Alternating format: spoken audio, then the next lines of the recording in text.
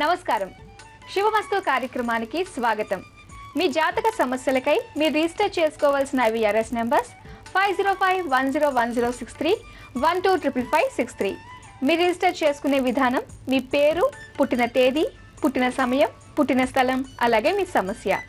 Birth details లేని వారు ప్రశ్న జాతకం ద్వారా మీ సమస్యకి పరిష్కారం తెలుసుకోవచ్చు. జ్యోతిష్యంలో డాక్టరేట్ పొందిన తొలి తెలుగు మహిళ డాక్టర్ సంధ్యాలక్ష్మి గారు మీ సమస్యలకి పరిష్కార మార్గాలు తెలియజేస్తారు. అమ్మ నమస్కారం. అమ్మ నమస్కారం. ప్రేక్షకుడికి నమస్కారం. ఈరోజు మన శుభమస్తు కార్యక్రమంలో వ్యాపారస్తులు క్రయ విక్రయాలు ఏ ముహూర్తాల్లో చేయాలి, ఏ ముహూర్తాల్లో చేయకూడదు అనే ఆసక్తికరమైన విషయాల గురించి మనం తెలుసుకోబోతున్నాం.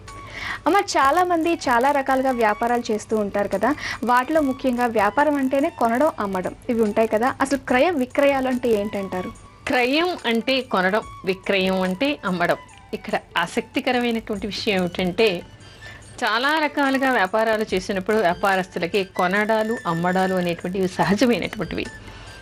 అయితే క్రయానికి పనికొచ్చేటువంటి నక్షత్రాలు ఏవి విక్రయానికి పనికిరావు, విక్రయానికి పనికొచ్చేటువంటి నక్షత్రాలు ఏవి కూడా క్రయానికి పనికిరావు. అంటే అమ్మడానికి పనికొచ్చే నక్షత్రాలు కొనడానికి పనికిరావు, కొనడానికి పనికొచ్చే నక్షత్రాలు అమ్మడానికి పనికిరావు. ఓకే. అయితే ఒక ముహూర్తం పెట్టుకుని ఆ మంచి ముహూర్తం కదా, అందులో అమ్మేద్దాం, అందులో కొనేద్దాం అన్నది కామన్ గా అయితే ముహూర్తం పెట్టుకోకూడదు. అయితే మరి ఏ వస్తువులు ఏ నక్షత్రాల్లో కొంటే మంచిది అంటారు? ఇక్కడ వస్తువులు కొనడానికి ఎవరైనా కావాలంటే రాసుకోండి. రేవతి, శతభిష, అశ్విని, స్వాతి, శ్రవణ, చిత్త ఈ నక్షత్రాలు వస్తువులు కొనడానికి మంచిది, ఇవి అమ్మడానికి సరిపోవు. ఓకే. అలాగే మరి అమ్మడానికి ఏ నక్షత్రాలు మంచివి? వస్తువులు అమ్మడానికి అదేవిధంగా ఏదైనా ఒక షాపు ప్రారంభించడానికి కూడా నేను ముహూర్తాలు చెప్తాను. మొట్టమొదట వస్తువులు అమ్మడానికి విశాఖ, కృత్తిక, ఆశ్లేష, భరణి నక్షత్రాలు మంచివి. కేంద్ర కోణాల్లో శుభగ్రహాలు ఉండాలి. 3, 6, 11 స్థానాల్లో పాపగ్రహాలు ఉంటే చాలా మంచిది. ఈ విషయాలు ఎందుకు చెప్తున్నానంటే, ఒకటి గుర్తుపెట్టుకోవాలి. ఎవరైనా పెద్ద ఎత్తున ఏదైనా ఒకటి ధాన్యం కానీ లేదా బట్టలు కానీ ఇలాంటివి కొన్ని ఉంటాయి కదా మనకి సున్నితమైనటువంటివి, అవి అమ్మడానికి తీసుకున్నప్పుడు కొనడానికి కూడా ముహూర్తాలు సరిగ్గా చూసుకుని కొట్టే మంచిది. ఎందుకు అంటే, ఇప్పుడు పత్తి వ్యాపారం చేస్తున్నారు, ధాన్యం చేస్తూ ఉన్నారు, అవన్నీ ఏం చేస్తారంటే కొంతకాలం వాటిని అంతా కూడా ఎక్కడో స్టాక్ పట్టేసుకుంటారు. అగ్ని ప్రమాదాలు జరుగుతూ ఉంటాయి. ఓకే, అవును. లేదా కొన్నిసార్లు ఏమవుతుందంటే ఇంకేదైనా అనర్థాలు జరిగి ఏ సునామీలు రావడం, ఏ వర్షాలు రావడం, అదంతా తడిసిపోవడం. మళ్ళీ అమ్మడానికి పంట బాగానే వస్తుంది, మీరు కొని మీ దగ్గరికి వచ్చిన తర్వాత అవి పాడైపోతూ ఉంటాయి. అలాంటివి జరగకుండా ఉండాలి. అలాంటివి జరగకుండా ఉండాలి అంటే దానికి సరిగ్గా దాన్ని చూసుకుని మాత్రమే చెయ్యాలి. దొంగలు, ఇప్పుడు పంట ఉంది, దొంగలు ఎత్తుకుపోవడం, చోర ఘడియలు కాకుండా ఉండటం, అగ్ని ప్రమాదాలకి లోను కాకుండా ఉండటం, ఇలాంటివన్నీ అంటే కేవలం ఒక నక్షత్రాన్ని చూసుకోవడమే కాకుండా కేంద్ర కోణాల్లో ఆ సమయంలో అంటే పెద్ద పెట్టుబడి పెట్టి, నేననేది ఏదో చిన్నగా మీరు ఇవాళ కొన్నారు రేపటికి అయిపోదు కదా. ఈ రోజుల్లో లక్షలు కోట్లు వెచ్చించి వ్యాపారాలు చేస్తున్నారు. మరి అవన్నీ కూడా బూడిదల పోసిన పన్నీర్లాగా అయిపోతుంది. అందుకని చెప్పేసి ఇలాంటివన్నీ కూడా చూసి చోర ఘడియలు లేకుండా, అంటే స్టాక్ ఎవడో ఎత్తుకుపోయాడు అనుకోండి, దానివల్ల మనకి ఎంత నష్టమే. కారిపోయింది అనుకోండి, దానివల్ల కూడా నష్టమే. ప్రమాదాల్లో మనకి నష్టాలు రాకుండా ఉండటానికి, అది భద్రంగా ఉండడం కోసం మంచి నక్షత్రాల్లో కొనండి. మంచి నక్షత్రాల్లో అమ్మడం వల్లే వస్తుంది. మీరు వదిలించుకున్నారు కానీ ఆ డబ్బు తిరిగి రావాలి. సరైనటువంటి నక్షత్రంలో దాన్ని అమ్మితేనే సరిగ్గా ధర పలుకుతుంది. ఓకే. ప్రవీణ్ కుమార్ అనే కాలర్ లైన్లో ఉన్నారమ్మా, వారితో మాట్లాడదాం. హలో హలో హలో నమస్కారం అండి. నమస్కారం మేడం. ప్రవీణ్ కుమార్ పేరు మీద రిజిస్టర్ చేసుకున్నారు కదా? అవును మేడం. ఒకసారి బర్త్ డీటెయిల్స్ కన్ఫర్మ్ చేసుకుందాము. Okay madam. September 15, 1980 madam. తెల్లవారుజామున 4 గంటలకి ఆదిలాబాద్లో పుట్టారు. అవును. ఓకే. ఓకే అండి, మీరు బిజినెస్ కు సంబంధించి ఒక సమస్య రిజిస్టర్ చేసుకున్నారు. డీటెయిల్ గా చెప్పండి మేడం తోటి సమస్య ఏంటో. నమస్కారం అండి, చెప్పండి మేడం. రిజిస్ట్రేషన్ చాలా రోజులు అయింది. అయితే నా పేరు మీద నాకు ఏ బిజినెస్ సెట్ అవుతుంది అనేది నా ప్రశ్న మేడం. బిజినెస్ చేయాలి అని అనుకుంటున్నారా మీరు? అవును మేడం, బిజినెస్. ఏం బిజినెస్ ఇప్పుడు చేస్తున్నారు ఇంతవరకు? మొన్న 6 months ముందు స్టార్ట్ చేసిన madam. Ladies the garments, dresses and imitation jewellers, అలాంటివి చేయొచ్చు. అలాంటి వాటిల్లో మీకు బాగానే ఉంటుంది. ఆహా. అలాంటివన్నీ చేయొచ్చు, కానీ కొంచెం పెట్టుబడి పెట్టేటప్పుడు జాగ్రత్త వహించి చెయ్యండి, లేకపోతే నష్టపోయే అవకాశాలు ఉంటాయి. ఆహా. జాగ్రత్తగా. సెట్ అవుతుంది మనకు, బట్టల బిజినెస్ సెట్ అవుతుందా నాకు? బట్టల బిజినెస్ కూడా మీరు చేయొచ్చు. ప్రస్తుతం మీకు ఇంకా ఎలినాటి సెన్ నడుస్తోంది కాబట్టి పెట్టుబడులు కొంచెం జాగ్రత్తగా పెడితే మంచిది. పెద్ద ఎత్తున పెట్టమాకండి, కొంచెం కొంచెం పెడుతూ ఉండండి. కానీ బట్టల బిజినెస్ కూడా మీకు బాగానే ఉంటుంది. మీరు చెప్పినట్టు ఆర్నమెంట్స్ అవి కూడా పెట్టుకోవచ్చు. ఆర్టిఫిషియల్గా ఉండేటువంటి వస్తువులు అన్నారు, అలాంటివి కూడా పెట్టుకోవచ్చు. వాటి వల్ల కూడా నష్టమేం లేదు, మీకు అవి బాగానే కలిసి వస్తాయి. విన్నారు కదండి, మరి మీరు అనుకున్నట్టుగానే మీకు ఇంట్రెస్ట్ ఉన్న బిజినెస్ మీరు సక్సెస్ అవుతారని చెప్పేసి అంటున్నారు. అయితే చిన్న చిన్న జాగ్రత్తలు అయితే పాటించండి. ఆల్ ది బెస్ట్ అండి. ఓకే అమ్మా, అయితే షాప్ ఓపెన్ దానికి నక్షత్రాలు ఓపెన్ కోసం ఎవరైనా కావాలంటే రాసుకోండి. కొన్ని కొత్తగా షాప్స్ ఓపెన్ చేయాలి అని అనుకుంటూ ఉంటారు, చాలామంది వచ్చి అడుగుతూ ఉంటారు కూడా. అలాంటి వాళ్ళు ఏ నక్షత్రంలో ఓపెన్ చేస్తే మంచిది? చిత్త, అనురాధ, మృగశిర, రేవతి, రోహిణి, ఉత్తరాషాఢ, ఉత్తరాభాద్ర, అశ్విని, పుష్యమి, హస్త నక్షత్రాలు. ఇంకా ముఖ్యంగా లగ్నంలో చంద్ర శుక్రులు ఉన్నప్పుడు ఆ ముహూర్తం పెట్టుకుంటే ఇది చాలా బాగా కలిసి వస్తుంది. ఇందాక మనం అనుకున్నాం కదా, అతను అడిగాడు కదా, అతనికి జన్మ జాతకంలోనే లగ్నంలో శుక్రుడు ఉన్నాడు, లాభాధిపతి ఉన్నాడు. ఓకే, కలిసి వస్తుంది. ఓకే, వస్తువులు అమ్మడానికి ఏ తిథులు మంచివి? రిక్త తిథులు పనికిరావు అంటారు. రిక్త తిథులు అంటే మనకి చవితి, నవమి, చతుర్దశి తిథులు, అదేవిధంగా అమావాస్య రోజు కూడా పనికిరాదు. అలాంటివి పాటిస్తే సరిపోతుంది, మిగతా తిథులని పర్వాలేదు. అయితే ఏ వారాలు మంచివి అంటారు అమ్మడానికి? వారాల్లో ముఖ్యంగా మనకి మంగళవారం తప్ప మిగతా వారాలన్నీ కూడా మంచివే. ఇంకో విషయం కూడా గుర్తుపెట్టుకోవాలి, కుంభలగ్నంలో ఎప్పుడు కూడా వస్తువులు అమ్మకూడదు. కుంభలగ్నంలో ఓకే, ఇది జాగ్రత్త పాటిస్తే సరిపోతుంది. అమ్మ, ఈ రోజుల్లో చాలామంది కుక్క పిల్లల్ని, పిల్లి పిల్లల్ని ఇంట్లో కూడా పెంచుకుంటున్నారు కదా. అయితే వ్యాపారస్తులు కావచ్చు, అయితే అలాగే పంట పొలాల్లో పనిచేసే వాళ్ళు కావచ్చు, అలాగే మళ్ళీ కొంతమంది పల్లెల్లో ఉన్న వాళ్ళు కావచ్చు, వీళ్ళందరూ ఏంటంటే గేదెల్ని, మేకల్ని వాళ్ళ వ్యాపారం అభివృద్ధి కోసం అన్నీ కొనుక్కుంటూ ఉంటారు. మరి అవన్నీ కూడా ఆరోగ్యంగా ఉండాలంటే ఏ తిథులు, వారాలు, నక్షత్రాల్లో ఇవి కొంటే మంచిదంటారు అసలు? ఇది మంచి ప్రశ్న. ఎందుకంటే చాలామంది సామాన్యులకి వీటి గురించినటువంటి అవగాహన లేదు. అందుకని తప్పనిసరిగా అందరూ తెలుసుకోవాల్సినటువంటి విషయం, ఇక్కడ మనకి ధనిష్ట, రేవతి, మృగశిర, స్వాతి, శతభిష, పునర్వసు నక్షత్రాలు ఇలాంటివి జంతువుల్ని కొనడానికి అనువైనటువంటి నక్షత్రాలుగా మనకి జ్యోతిష్ శాస్త్రం చెప్తోంది. అలాగే వాహనాలు, మరి వాహనాలు ఏ నక్షత్రాల్లో కొంటే మంచిది అంటారు, యాక్సిడెంట్స్ కాకుండా ఎటువంటి ఇబ్బందులు రాకుండా ఉండడానికి? వాహనాలు కొనడానికి మనకి మృగశిర, పునర్వసు, స్వాతి, ధనిష్ట, శతభిషం, రేవతి నక్షత్రాలు చాలా మంచివి. అయితే శనివారం, మంగళవారాలు వాహనాలు కొనకుండా ఉంటే మంచిది. చరలగ్నం లేదా ద్విస్వభావ లగ్నంలో ఫస్ట్ డ్రైవ్ చేస్తే మంచిది. అంటే ఏంటంటారు చరలగ్నాలు, ద్విస్వభావ లగ్నాలు అంటే? అంటే మనకి చాలా అసలు సకలం కూడా జ్యోతిష్యంలో మనం తెలుసుకునేటువంటి అవకాశం ఉంటుంది. ఇక్కడ చర రాశులు, స్థిర రాశులు, ద్విస్వభావ రాశులు అని ఉంటాయి మనకి. చర అంటే మూమెంట్ ఉన్నటువంటివి, దానిలో చేస్తే మూమెంట్ మనకి ఉంటుంది. మరి వాహనం అంటే ముందుకు నడవాలి కదా, అందుకని చరలగ్నంలో కొనుక్కోవాలి. చరలగ్నాలు ఏమిటంటే మనకి మేషం, కర్కాటకం, తుల, మకరం, ఈ 4 రాశులు మనకి చరరాశులు.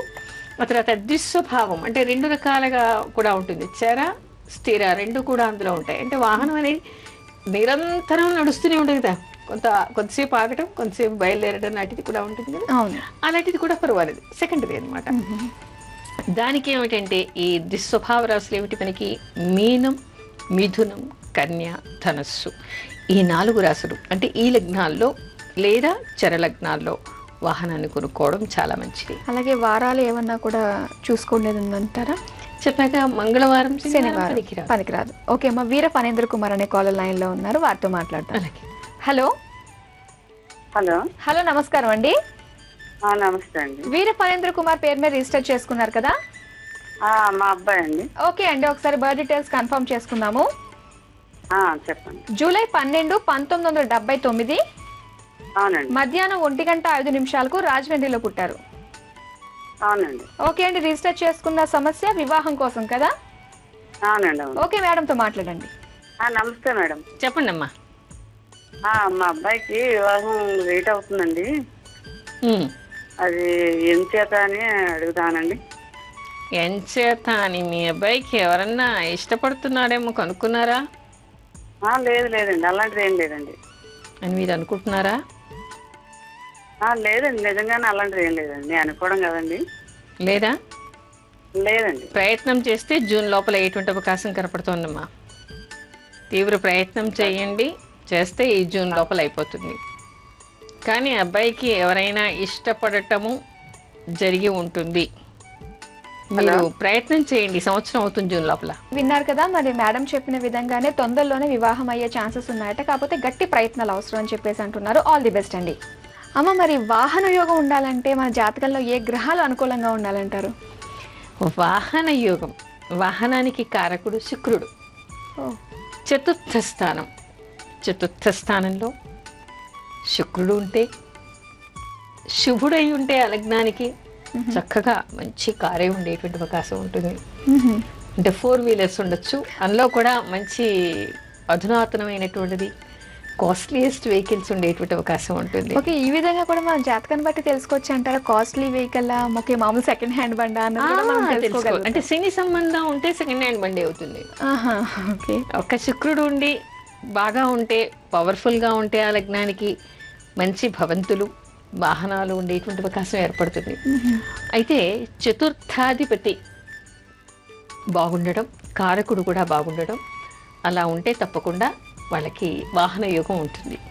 కానీ చతుర్థ స్థానం బాగుంది కదా అని వాహనం కొనుక్కోవడమే కాదు, ఆ అష్టమ స్థానం ఏ విధంగా ఉండి ఆ చతుర్థాధిపతికి ఎవరితో సంబంధాలు ఉన్నాయి అనేటువంటి విషయాన్ని కూడా తెలుసుకోవాలి. ఇక్కడ ఏమిటి అంటే అష్టమ స్థానానికి, అష్టమానికి ఎవరికైనా చతుర్థాధిపతితో కానీ లగ్నాధిపతితో కానీ సంబంధాలు కుజశనులకి ఉంటే ఆ దశాంతర దశలు వచ్చినప్పుడు యాక్సిడెంట్స్ అయ్యేటువంటి అవకాశం ఉంటుంది. ఆయుష్కారకుడు బాగా లేకపోతే ఒక్కొక్కసారి దానికి ప్రమాదంలో అనుకోనిటువంటి సంఘటన జరిగేటువంటి అవకాశం కూడా ఏర్పడుతుంది. అందుకని చూసుకుని కొనుక్కుంటే చాలా మంచిది. అలాంటి యోగాలుంటే తగు జాగ్రత్తలు తీసుకుంటే చాలా మంచిది. అలాగే ఇప్పుడు మీరు అన్నట్టుగానే కొంతమందికి ఇలాగా వాహన ప్రమాదాలు కూడా జరుగుతూ ఉంటాయి కదమ్మా, అసలు ఎందుకు జరుగుతుంది అంటారు అలాంటివి? వాహన ప్రమాదం ఎందుకు జరుగుతుంది అంటే, మనం బయలుదేరిన ముహూర్తానికి కానీ మన జాతకంలో కానీ ఆ సమయంలో అష్టమాన కుజశనులు ఉండటం వలన, అష్టమాధిపతికి కుజశనుల సంబంధం ఉండటం వలన ప్రమాదాలు జరిగేటువంటి అవకాశం ఏర్పడుతుంది. ఓకే, కొన్నిసార్లు చూసుకున్నట్లయితే వాహన ప్రమాదం జరిగినప్పుడు అందులో అందరూ సేఫ్గా ఉంటారు, అంతా బాగానే ఉంటుంది. కొన్నిసార్లు అందులో 2-3 మరణిస్తూ ఉంటారు, మిగతా వాళ్ళు సేఫ్గా ఉంటారు. అసలు ఈ విధంగా ఎందుకు జరుగుతుంది అంటారు? ఎందుకంటే ప్రయాణించే సమయం అంతా ఒకటే, అందులో కూర్చున్న వాళ్ళందరూ కూడా ఒకేలా ఉన్నారు. మరి ఏంటంటారు తేడా? నిజమే, ఈ విషయాన్ని కూడా జ్యోతిష్యం నమ్మకూడదు అనేటువంటి వాళ్ళు తప్పకుండా తెలుసుకోవాలి. ఎందుకంటే వాహనం బయలుదేరేటువంటి ముహూర్తం బాగా లేకపోవచ్చు, ఆ తర్వాత బాగా లేకపోయినంత మాత్రాన వాహనంలో కూర్చోవడమే కాదు, అంతకుముందే కదా వీళ్ళు బయలుదేరి వస్తారు, అందరూ ఒకే దగ్గర ఉండాలని లేదు కదా, వీళ్ళు బయలుదేరే ముహూర్తం కూడా ఇక్కడ కౌంట్ అవుతుంది.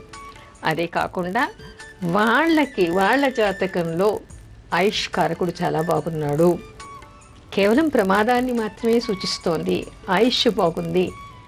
కొంతమందికి ఒకళ్ళకో ఇద్దరికో ఆయుష్ స్థానం కూడా బాగాలేదు. ఇందాక మనం చెప్పుకున్నట్టు ప్రమాదంలో ఏదైనా అనర్థాలు జరిగేటువంటి అవకాశం ఉంది. అలా ఒకసారి బయలుదేరినా కూడా ఎవరికి అనర్థాలు జరగాలని వాళ్ళ జాతకంలో ఉందో వాళ్ళకి హాని జరుగుతుంది, మిగతా వాళ్ళు సేఫ్ సైడ్ బయటకు వచ్చేస్తారు. ఓకే, ఆ విధంగా జరుగుతుంది. అయితే సో సరైన సమయానికి బయలుదేరినా కూడా ఇలా ఎందుకు యాక్సిడెంట్స్ అవుతూ ఉంటాయి? అదే ఎందుకు జరుగుతూ ఉంటాయి అంటే, బయలుదేరినటువంటి సమయం అందరికీ ఒకటే అయినా ఆ సమయం కొంత బాగా లేకపోవచ్చు. కానీ అందరూ ఒకే సమయంలో బయలుదేరారు అనే దానికి లేదు కదా. ఇంటి నుంచి ఒక్కొక్కళ్ళు ఒక్కొక్క టైంకి బయటికి రావచ్చు, కూర్చోవచ్చు. అది కాకుండా కూడా వ్యక్తిగత జాతకాలని కూడా చూసుకోవాలి. వ్యక్తిగత జాతకాల్లో వాళ్ళకి ప్రమాదం మాత్రం సూచిస్తోంది, ఆయుష్ చాలా బాగుంది, గోచార రీత్యా కూడా వాళ్ళకి చాలా బాగుంది అనుకుంటే వాళ్ళు తప్పకుండా సేఫ్గా బయటకు వచ్చేస్తారు. ఎవరికి బాగా లేదో వాళ్ళు మాత్రమే ప్రమాదంలో చిక్కుకునేటువంటి అవకాశం, ఒక్కొక్కసారి కాళ్ళు చేతులు తెగిపోవటం, రక్తస్రావం కావటం, ఇలాంటివన్నీ కూడా ఉంటాయి. అసలు ప్రయాణాల గురించి కూడా మనం ఒక 2 ఎపిసోడ్స్ ప్రత్యేకంగా నెక్స్ట్ చేసుకుందాం.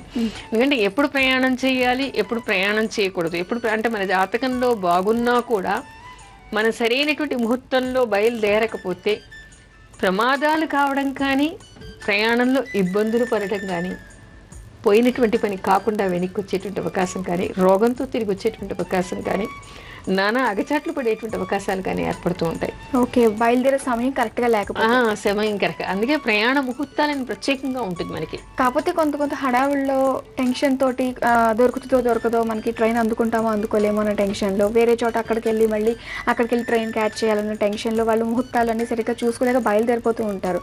మరి అలాంటప్పుడు ఏమన్నా? అలా కాదు కదా, ప్రయాణం అంటే రోజు ప్రయాణం చేసే వాళ్ళకి, ప్రయాణమే వాళ్ళకి ఉద్యోగంగా ఉండేటువంటి వాళ్ళకి ముహూర్తం చూసుకునే ఎక్కర్లేదు. మొట్టమొదటిసారి ఇప్పుడు డ్రైవింగ్ చేసే వాళ్ళు ఉన్నారు, డ్రైవర్లు ఉన్నారు, కండక్టర్లు ఉన్నారు, ఫ్లైట్ నడిపించే వాళ్ళు ఉన్నారు, ట్రైన్ నడిపించే వాళ్ళు ఉన్నారు. ఇలా ఉన్న వాళ్ళకి వాళ్ళ ఉద్యోగమే ప్రయాణం చేయటం. మొట్టమొదటి ప్రయాణం చూసుకుంటే చాలు, నిత్యం అక్కర్లేదు. అలాగే ఎవరైనా ఆ ప్రయాణం వెళ్తున్నారంటే, యాత్రకి వెళ్ళినప్పుడు, దూర ప్రయాణాలకు వెళ్ళినప్పుడు, రోజు కాలేజీకి వెళ్ళడానికి, రోజు ఆఫీస్కి వెళ్ళడానికి చూసుకోక్కర్లేదు. ఎక్కడైనా దూర ప్రయాణం చేస్తున్నామంటే మాత్రం తప్పనిసరిగా ముహూర్తం చూసుకునే వెళ్ళాలి ఖచ్చితంగా. రీసెంట్గా మలేషియా ఫ్లైట్ కూడా కూలిపోయింది అని చెప్పేసి అన్నారు. దాదాపు 200 పైగానే చాలా మంది చచ్చిపోయి సజీవ దహనం అయిపోయారని చెప్పేసి అంటున్నారు. మరి అది ఎలా జరుగుతుందంటారమ్మా? అది కూడా వాహన ప్రమాదంలోకి వస్తుంది కదా? విమాన ప్రమాదము అంటే ఇక్కడ ఒకటి, ఆ విమానం తయారు చేసిన తర్వాత మొట్టమొదటిసారి అది ఇప్పుడు బయలుదేరింది, దాన్ని బట్టి ఆ విమానం ఉంటుందా పోతుందా అనేటువంటిది నిర్ణయించబడి ఉంటుంది. ఇక్కడ బయలుదేరిన వాళ్ళందరికీ కూడా ఆ సమయం బాగాలేకపోవచ్చు. వాళ్ళ వ్యక్తిగత జాతకాలు పరిశీలిస్తే కూడా అందరి జాతకాల్లో ఇంచుమించుగా అవే బయటపడతాయి. ఇంకొకసారి ఏమవుతుందంటే, పెద్ద ఎత్తున ప్రమాదాలు, ప్రళయాలు జరిగినప్పుడు కొన్ని మంచిగా ఉన్నటువంటి వాళ్ళకు కూడా దానివల్ల హాని జరిగేటువంటి అవకాశం ఉంటుంది. ఓకే, అసలు ఇలాంటి ప్రమాదాలు జరగకుండా ఉండాలంటే మనం ఎలాంటి పరిహారాలు తీసుకుంటే మంచిది అంటారు? ఇది చాలా మంచి ప్రశ్న. ఎందుకంటే చాలా మంది జాతకాల్లో ప్రమాదాల్ని సూచిస్తూ ఉంటుంది. అలా ప్రమాదాల్ని సూచించినప్పుడు, ప్రమాదం అంటే ముఖ్యంగా వాళ్ళ జన్మజాతకం తీసుకుని వ్యక్తిగత జాతకం చూస్తే అష్టమ స్థానాన్ని చూడండి. అష్టమం అంటే సడన్ గా యాక్సిడెంట్స్ అనేటువంటి వాహనాల వల్ల వచ్చేటువంటివి మనకి సడన్ గానే వస్తాయి. చెప్పిన త్రుటిలో ఒక క్షణాల్లో మనకి తెలియకుండా జరిగిపోతూ ఉంటుంది అది. అందుకని అలా యాక్సిడెంట్స్ కంటే సడన్ గా వచ్చేటువంటి ఆకస్మికానికి మనకు అష్టమం చూసుకుంటాం. కుజశనుల సంబంధం, పాపగ్రహాల సంబంధం అక్కడ ఏర్పడినప్పుడు తప్పనిసరిగా దారిలో చిన్న ప్రమాదం జరిగేటువంటి అవకాశం ఉంటుంది. ఆ ముహూర్తంలో బయలుదేరకూడదు, అది తప్పకుండా చూసుకోవాలి వాళ్ళు. అయితే వాళ్ళ జన్మజాతకంలో ఎవరికైనా అలా మనం బయలుదేరటమే కాదు, నిజంగానే జన్మజాతకంలో అది ఉందనుకోండి, ప్రయాణం ఎక్కర్లేదు. ఆ దశ అంతర్దశ వచ్చినప్పుడు ఇంట్లో వంటింట్లోనో బాత్రూంలో కూడా కాళ్ళు చేరి పడిపోతుంటారు, కాళ్ళు చేతులు విరుగుతూ ఉంటాయి. ఇంట్లో కూడా ప్రమాదం, ఏదో గ్యాస్ అంటుకుని ప్రమాదము, దీపం అంటుకుని ప్రమాదము, పైనుంచి కింద పడి ప్రమాదము, బాత్రూంలో పడి ప్రమాదము, ఇలా ఎన్నో మనం వింటూ ఉంటాం. ప్రయాణమే అక్కర్లేదు. ఎవరి జన్మ జాతకాల్లో వాళ్ళకి అష్టమాన ఇలాంటివి కనిపిస్తూ ఉన్నాయో, ఆ దశలు అంతర్దశలు వచ్చినప్పుడు వాటికి కారకమైనటువంటి గ్రహాల కోసం అని చెప్పేసి శాంతి చేయించుకోవాలి. ముఖ్యంగా ఏమిటంటే, ప్రమాదాలకి సాధారణంగా ఇలాంటి యాక్సిడెంట్స్కి కుజుడు శని కారకులవుతూ ఉంటారు. తోడుగా మిగతా అపగ్రహాలు కూడా ఉండొచ్చు, అష్టమాధిపతి కూడా కలవాలి, అష్టమంతో సంబంధమైన ఏర్పడాలి. అయితే ఇలాంటివి ఉన్నప్పుడు ముఖ్యంగా ఏం చేయాలంటే, వీళ్ళు పరిహారాలు మీరు అడుగుతున్నారు కాబట్టి ఆ సమయానికంటే ముందే మృత్యుంజయ జపం చేయించుకోవాలి. ప్రమాదంలో హాని అంటే ప్రాణం పోవడమే, ఆరోగ్యం లేకపోవడం, ఇంకేదైనా జరగటం, ఇలాంటివి జరగకుండా ఉండడం కోసం మృత్యుంజయ మహామంత్ర జపం చేయించుకోవాలి. శివుడికి అభిషేకం చేయించాలి. ఎన్ని రోజులు ఆ పీరియడ్ బాగుండదో అన్ని రోజులు కూడా శివుడికి అభిషేకం చేయించాలి. సుబ్రహ్మణ్య స్వామికి పూజ చేయాలి. దానికి తోడు స్కంద కవచం చదువుకోవాలి. స్కంద కవచం అద్భుతమైనటువంటి ఫలితాలు ఇస్తుంది. ఎందుకంటే స్కంద కవచం ఎందుకు చెప్తున్నానంటే, కుజుడి వలన మనకి ప్రమాదాలు అని చెప్పుకుంటున్నాం కదా, ఆ కుజుడికి దోషం పోవడం కోసం అని చెప్పేసి మనం సుబ్రహ్మణ్య స్వామికి పూజ చేయమంటాం. ఇక్కడ మనం చదువుకునేటువంటిది స్కందుడు అంటే సుబ్రహ్మణ్య స్వామి. ఆ స్కంద కవచం తొడుగులాగా మనకి ఉంది. ఆ తొడుగు మనం వేసుకున్నప్పుడు, రెయిన్ కోట్ వేసుకుని బయటకు పోతే వర్షంలో ఎలా తడవమో, ఆ స్కంద కవచం మనకి రక్షణగా ఉన్నప్పుడు యాక్సిడెంట్ వలన ప్రమాదం జరగచ్చు, కానీ దానివలన మనకి శరీరంలో భాగాలు విరగటం కానీ, ప్రమాదం కానీ, లేదా ప్రాణం పోవడం కానీ లేకుండా అది మనం రక్షిస్తుంది. ఓకే, మొన్న ఈ మధ్యన నాకు 2 ఫీడ్బ్యాక్లు వచ్చాయి. ఎవరికో తెలిసినటువంటి వాళ్ళకి ప్రమాదం ఉంది, యాక్సిడెంట్స్కి ప్రోన్ ఉంది, కొంచెం జాగ్రత్తగా ఉండండి అంటే ఏం చేయాలంటే, ముందు రోజైతే స్కంద కవచం చదువుకుంటూ ఉండండి, ఆ పీరియడ్ వచ్చినప్పుడు ఇలాగే మృత్యుంజయ జపం చేయమని చెప్పాను. వాళ్ళు ఎందుకో ఆ రోజు ప్రయాణం చేస్తూ బెంగళూరు నుంచి చిత్తూరు ఎక్కడికో వెడుతున్నట్ట. వెడుతూ ఖాళీగా ఉన్నాం కదా అని చెప్పేసి స్కందకవచం కారులో పెట్టుకుని వింటూ అది చదువుతూ వెళ్ళారట. ఒక దగ్గర వాళ్ళకి సిగ్నల్స్ వచ్చిన దగ్గర ఆగింది, బండి ఆగింది. సరే అలా పెట్టుకొని కూర్చున్నారు. ఈ లోపల మామూలుగా అది పోగానే లైట్లు వెలగగానే వేగంతో ఒక బండి వచ్చి కొట్టింది. కొట్టే లోపల ఈయన ఒక త్రుట్టిలో దాన్ని డైరెక్షన్ కొంచెం మార్చుకున్నట్ట. ఆ బండి వేగంగా వచ్చి ఆ తలుపును నెట్టుకుంటూ తలుపును విరగొడుతూ వెళ్ళిపోయింది. త్రుటిలో తప్పింది. త్రుటిలో అంటే ఒక క్షణం ఆ డైరెక్షన్ మార్చకపోతే ప్రాణాలు పోయి ఉండేవి ఇద్దరివి, ముందు వెనక కూర్చున్న వాళ్ళవి. స్కందకవచం ఎంత బాగా కాపాడిందని చెప్పేసి కళ్ళమట్టి నీళ్ళు పెట్టుకొని ఫోన్ చేశారు. అలా 2-3 కేసులు చూశాను నేను. ఓకే, సో ఖచ్చితంగా స్కందకవచం ఇలాంటి ప్రమాదాల్లో ఎటువంటి సమస్యలు వచ్చినా కూడా రక్షింపబడుతుంది. స్కందకవచం చదువుకోవచ్చు, శివ కవచం చదువుకోవచ్చు, విష్ణు కవచం చదువుకోవచ్చు, ఇవన్నీ కూడా రక్షిస్తాయి. ఓకే అమ్మ, చాలా చక్కటి విషయాలు తెలియజేశారు. మరిన్ని వివరాలతో వచ్చే వారం మళ్ళీ కలుసుకుందాం అమ్మా. ఇది ఇవాల్టి శుభమస్తు కార్యక్రమం. వచ్చే వారం ముహూర్తాలకు సంబంధించి మరిన్ని విషయాలు తెలుసుకుందాం. అంతవరకు సెలవు. నమస్కారం.